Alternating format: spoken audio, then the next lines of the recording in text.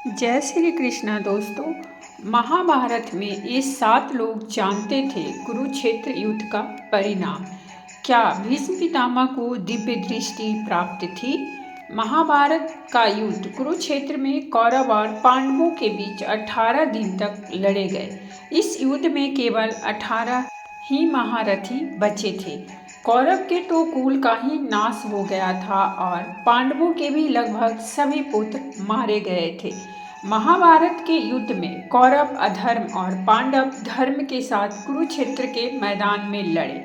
महाभारत युद्ध के दौरान ऐसी कई विशेष घटनाएं घटित हुई जो आज भी लोगों के लिए शिक्षा देने का काम करती है।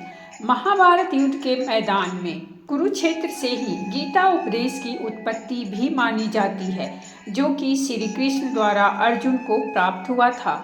जब युद्ध का होना तय भी नहीं हुआ था, तब से ही 7 ऐसे लोग थे जो यह जानते थे कि युद्ध होगा और उसका परिणाम क्या होगा।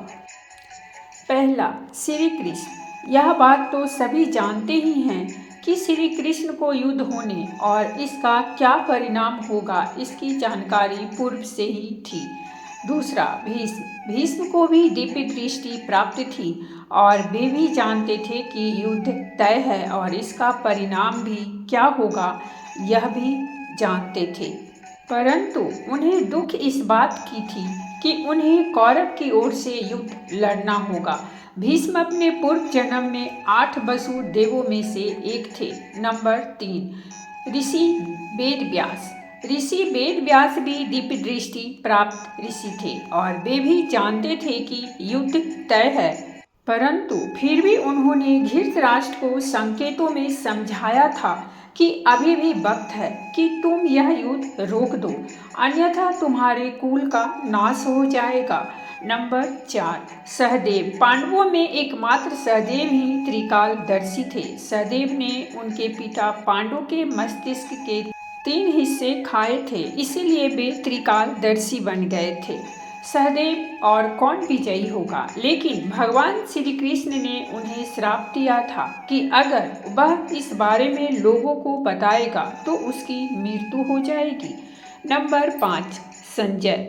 यह भी कहा जाता है कि संजय को भी युद्ध का क्या परिणाम होगा यह ज्ञान था।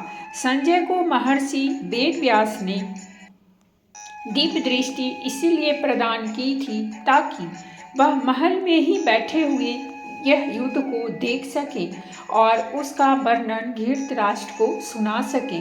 दरअसल महर्षि वेदव्यास से धृतराष्ट्र ने पूछा था कि ऋषिवर, यदि आप इस युद्ध का परिणाम बताने की कृपा करेंगे तो कृपा होगी। तब वेदव्यास जी कहते हैं कि जो वृक्ष छाया नहीं देते हैं उनका कट जाना ही उचित है।